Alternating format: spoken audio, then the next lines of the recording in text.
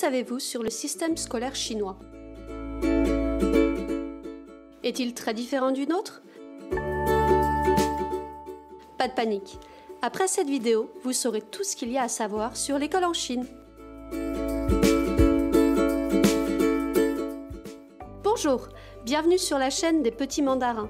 Nous proposons une solution moderne et ludique pour apprendre le chinois. Vous ne nous connaissez pas?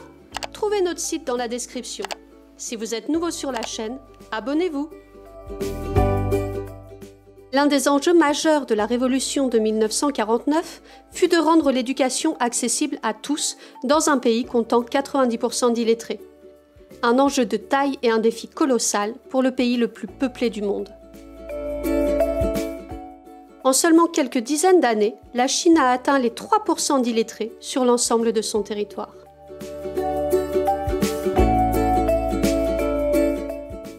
Comment l'Empire du Milieu a-t-il réussi à inverser la tendance? Grâce à un système scolaire qui ressemble beaucoup au nôtre de prime abord avec des étapes bien identifiées. Dans cette vidéo, nous découvrirons comment se compose l'école primaire chinoise.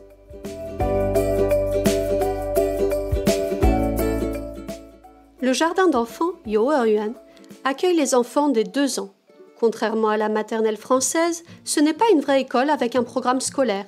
Il n'est pas non plus obligatoire. Ces établissements sont majoritairement des structures privées qu'on retrouve en ville. Il en existe à tous les tarifs, certains atteignant même les 150 000 yuan par an.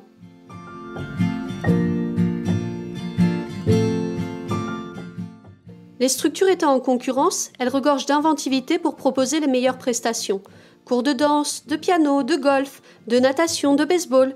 Les jeunes élèves ont ainsi la possibilité de découvrir de nombreuses activités culturelles et sportives.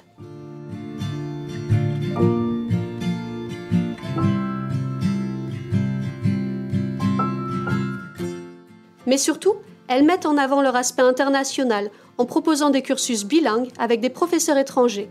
Cette mise en avant de l'Occident apporte parfois son lot d'étrangeté. En 2018, une directrice a été renvoyée. Pour la fête de rentrée, elle avait fait venir une troupe de pole danseuses. Face aux parents lui signalant le problème, elle aurait répondu qu'il s'agissait d'un bon exercice physique et qu'il s'agissait d'une danse internationale. Quoi qu'il en soit, les parents chinois citadins sont prêts à dépenser des sommes très importantes pour assurer à leurs enfants la meilleure éducation possible avec une portée internationale.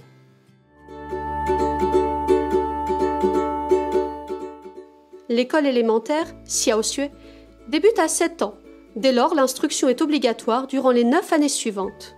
Les écoles urbaines et rurales ont des fonctionnements différents liés aux réalités locales. Mais le gouvernement tend à réduire la tendance au maximum pour lutter contre les inégalités sociales. Tous les lundis matins, dans l'ensemble du pays, les élèves se rangent en file indienne par classe pour assister au lever du drapeau. Ils chantent en chœur l'hymne national, parfois même accompagnés d'un orchestre d'élèves. Ce jour-là, l'uniforme et le foulard rouge, symbole du drapeau chinois, sont obligatoires. En ville, les enfants se rendent à l'école à heure fixe et suivent une trentaine d'heures de cours du lundi matin au samedi midi. Ils étudient le chinois, les mathématiques, l'éducation physique, l'art, la musique, les sciences naturelles, mais aussi l'idéologie communiste et la morale.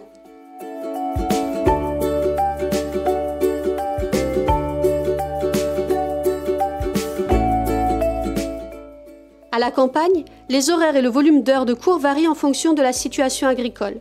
Dans les zones les plus reculées, les enseignants itinérants font classe le matin dans une ville et l'après-midi dans une autre.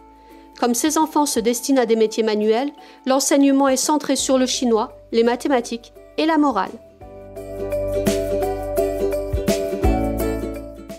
Nous avons tous en tête l'histoire de Mayan et de son journal. La Chine a beaucoup fait évoluer son système. En 2012, selon l'UNICEF, 99,8% des garçons étaient scolarisés au primaire. Le pourcentage est le même pour la scolarité des filles aujourd'hui. Et vous, connaissiez-vous l'école chinoise? Avez-vous déjà eu la possibilité d'en visiter une? Dites-nous tout en commentaire. Merci à tous d'avoir regardé cette vidéo. Si vous avez apprécié, laissez-nous un like pour nous encourager. Si vous avez des idées de vidéos que vous aimeriez voir, n'hésitez pas à nous le dire en commentaire. Cela nous donne de nouvelles idées. À bientôt!